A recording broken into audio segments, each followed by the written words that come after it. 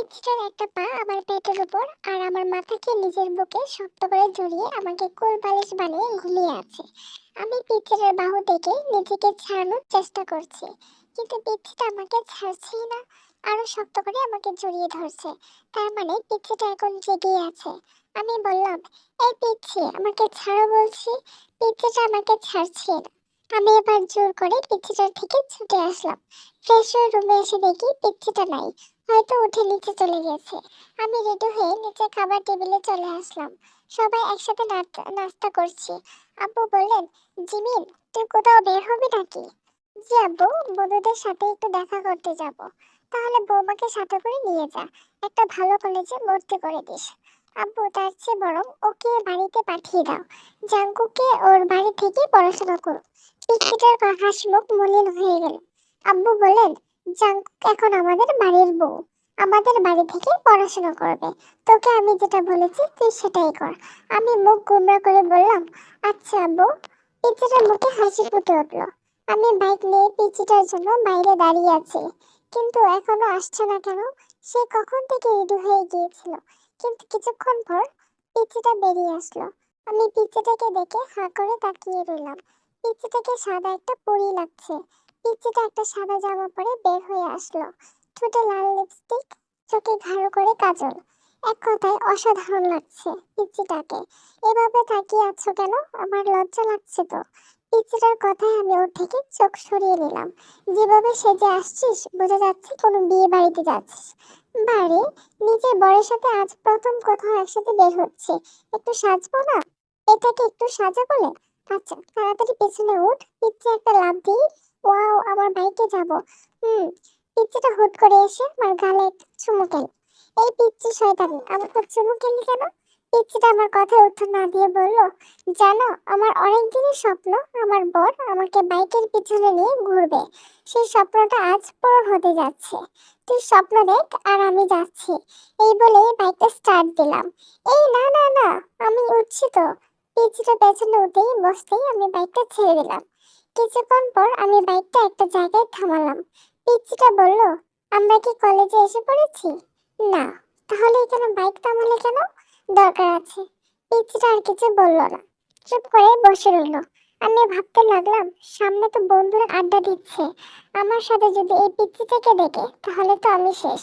আমি ভাবতেই লাগলাম কি করা যায়। হ্যাঁ, বন্ধু বুদ্ধি পেয়েছি। আমি পিচ্চিটাকে বললাম, এই পিচ্চি, আমাকে শক্ত করে জড়িয়ে ধর। পিচ্চিটা খুশি হয়ে আমাকে শক্ত করে জড়িয়ে ধরলো। আমি বাইকটা স্টার্ট দিলাম। আস্তে আস্তে বাইকের স্পিড অনেকটা বাড়িয়ে দিলাম। পিচ্চিটা ভয় পেয়ে আরো শক্ত করে জড়িয়ে ধরছে আর আমাকে কি যেন বলছে। বাতাসের শস্য আওয়াজে পিচ্চিটার কথা আমি ভালো করে শুনতে পারছি না। আমাদের আড্ডার জায়গা পেলে আস্তে আমি বাইকের স্পিড কমিয়ে দিলাম। তারপর একটা কলেজের সামনে এসে বাইক থামালাম। পিচ্চিটা বাইক থেকে নেমে কান্না করে দিল। এই পিচ্চিটা কি হলো, কান্না করছিস কেন? তুমি এত স্পিডে বাইক চালিয়ে আসলে কেন? আমি কত ভয় পেয়ে গেছিলাম জানো। সত্যিই তুই একটা পিচ্ছি। কান্না থামা বলছি, সবাই দেখছে। এভাবে রাস্তায় কান্না করছিস, মানুষ কি ভাববে আমাকে? পিচ্চিটা কেঁদেই চলেছে। এই পিচ্ছি, কান্না থামা বলছি। তা না হলে কিন্তু এবার এবার আরো জোরে জোরে কান্না করতে লাগলো। আমি বাড়িতে গিয়ে শ্বশুর আব্বাকে সব বলবো। তুমি আমাকে মারছো আর অনেক স্পিডে বাইক চালিয়েছো। এই মেয়ে, আমি তোকে কখন মারলাম? এটা তো ডাহা মিথ্যা কথা। আচ্ছা বোন, সরি সরি। এবার কান্না থামা।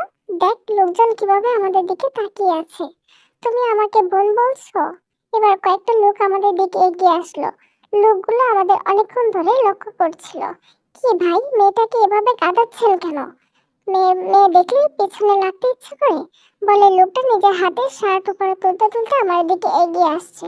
আমি, আরে ভাই থামেন থামেন, উনি আমার বউ, আমার উপর রাগ করে কান্না করছে। আমার মুখে বউ ডাক শুনে মেয়েটা কান্না থামালো। আপু, উনি কি আপনার স্বামী? জি, উনি আমার স্বামী। লোকগুলো আমাকে সরি বলে চলে গেল। পিচ্চিটাকে দেখলাম মাথা নিচু করে হাসছে। এই পিচ্চি, হাসছিস কেন? তুমি আমাকে বউ বলছো তাই খুশি খুশি লাগছে আমার। আমার বইই গেছে তোকে বউ বলতে। আমি তো ওই লোকগুলোর হাত থেকে বাঁচার জন্য তোকে বউ বললাম।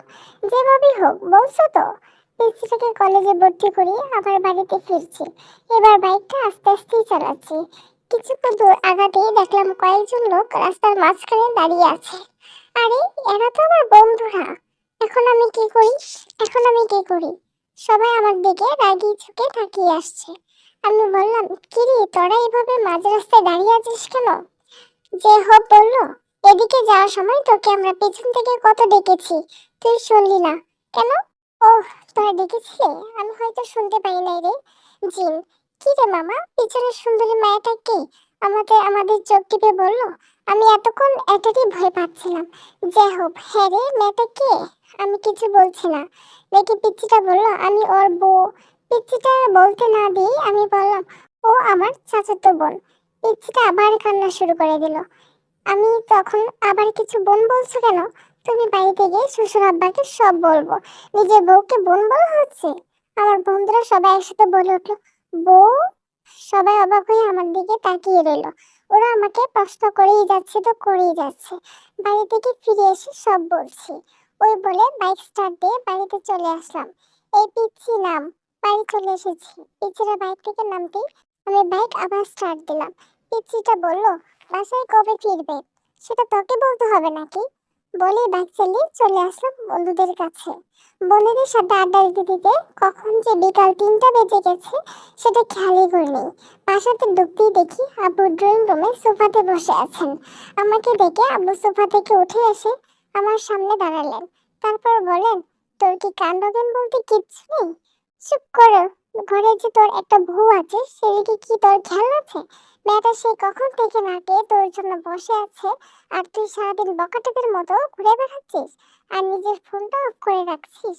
আমি মাথা নিচু করে বললাম, ফোনে চার্জ ছিল না বাবা, তাই আপনা আপনি অফ হয়ে গেছে।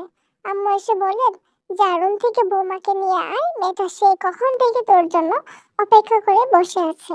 আমি রুমে ঢোকার আওয়াজ পেয়ে পিচ্চিটা বেলকনি থেকে দৌড়ে আমার কাছে এসে বলল, তুমি চলে এসেছো? পিচ্চিটাকে ঠাস করে একটা গালে চড় দিয়ে তার দৃষ্টিভঙ্গিতে তাকিয়ে বললাম, এই পিচ্চি, তোকে কে বলেছে আমার জন্য না খেয়ে বসে থাকতে? পিচ্চিটার চোখে পানি গড়িয়ে গড়িয়ে পড়লো। আমি আবার বললাম, আজ শুধু তোর জন্য আব্বু আমাকে জীবনে এই প্রথম বকাটে বললো। আমার উপর বইয়ের অধিকার দেখানো হচ্ছে। তোকে কি আমি বউ হিসেবে মানি? আর কোনোদিন মানবো না। অসহ্য একটা। পিচ্চিটাকে পাশ কাটিয়ে ওয়াশরুমে চলে গেলাম। ওয়াশরুম থেকে ফিরে এসে দেখি পিচ্চিটা সে আগের জায়গাতেই দাঁড়িয়ে আছে। আমি পিচ্চিটার থেকে 2-3 পা সামনে এসে মাথাটা একটু পেছনে ঘুরিয়ে বললাম, এই পিচ্চি নিচে আসবে নাকি আমাকে আবার বকা খাওয়ানোর ইচ্ছা আছে? জি, আসছে। পিচ্চিটাকে নিচে খাবার খাচ্ছি। আম্মু পাশে দাঁড়িয়ে আছেন। পিচ্চিকে দেখলাম খাবার না খেয়ে কি যেন একটা ভাবছে, আর খাবারগুলো হাতে নিয়ে শুধু নাচছে। আম্মু পিচ্চিটাকে বললেন, কি রে মা, খাবার না খেয়ে কি ভাবছিস? কিছু না আম্মু। তাহলে খাচ্ছিস না কেন? পিচ্চিটা নিজের গাল থেকে চুলগুলো সরিয়ে কিছুটা ভাত মুখে দিল। আম্মু চিৎকার দিয়ে উঠলেন, সে কি রে জাঙ্কক, মা তোর গালে একটা কিসের দাগ? আম্মুর কথায় আমি পাচ্ছিরে গালের দিকে তাকালাম। পিচ্চিটার গাল অনেকটা লাল হয়ে আঙ্গুলের ছাপ দেখা যাচ্ছে। আমার আর বুঝতে বাকি রইল না যে এটা আমারই আঙ্গুলের ছাপ। তখন রাগে থাপ্পড়টা অনেক জোরেই মেরেছিলাম। আম্মু, কি রে মা, কিছু বলছিস না যে? আমাকে বল কি হয়েছে? এটা হয়তো অ্যালার্জির কারণে হয়েছে আম্মু। গালটা অনেকক্ষণ ধরেই চুলকাচ্ছিল, ওষুধ লাগিয়েছিস? না আম্মু, পরে লাগিয়ে নিব। মেয়েটাকে দেখে আমার অনেক মায়া হচ্ছে। আমাকে বাঁচানোর জন্য মেয়েটা মিথ্যা বললো। আর আমি কি না, মেয়েটা আমার আগের খাবার খেয়ে আগেই চলে গেল। কিছুক্ষণ পর আমি রুমে গিয়ে দেখি মেয়েটা রুমে নাই, হয়তো ব্যালকনিতে আছে। ভাবলাম মেয়েটাকে সরি বলে আসি। আমি ব্যালকনিতে গিয়ে দেখলাম পিচ্ছিটা আনমনে বাইরের দিকে তাকিয়ে আছে। আমি আমাকে বলতে না দিই আমাকে ডিভোর্সে চান। মেয়েটা বলল, আপনি আর কি আমাকে ডিভোর্স দিতে চান? আমি জানি আপনি আমাদের ডিভোর্স দিতে চান, কিন্তু আপনার আব্বু ভয়ে বলতে পারছেন না। আর বিয়েটাও আপনার আব্বুর ভয়ে করেছেন। আমি চিন্তা করেন না, ডিভোর্স হওয়ার পর আপনার আব্বুকে বলবো আমি নিজেই আপনাকে ছেড়ে চলে গেছি। বলবো আপনার কোনো দোষ নেই। আপনি ডিভোর্স পেপার রেডি করেন। পিচ্চি চোখে পানি মুছে রুমে চলে গেল। আমি কিছুই বলতে পারলাম না। পরের দিন বাড়িতে ঢোকার আগে কথা বলে পিচ্চিটাকে নিয়ে উকিলের কাছে আসলাম। উকিলের কাছে আসার পর উকিল বলল, বিয়ের 6 মাস আগে ডিভোর্স দেওয়া সম্ভব না। তার মানে আমাদেরকে আরো 6 মাস একসাথে থাকতে হবে, তারপর ডিভোর্সের অ্যাপ্লাই করতে হবে। কোর্ট থেকে বেরিয়ে আসলাম। আজ আমি বাইকের সাথে আনি নাই, তাই রিক্সা দিয়ে বাড়ি ফিরছিলাম। অনেকক্ষণ ধরে রিক্সাতে বসে আছি, কারো মুখে কোনো কথা নেই, দুজনেই চুপ করে আছি। দুজনের নীরবতা ভেঙে পিচেটাই বলল, আমার একটা কথা রাখবে? বলো। আমার যে কয়টা দিন একসাথে থাকবো, সেই কয়টা দিন কি আমরা স্বামী স্ত্রীদের মতো থাকতে পারি না?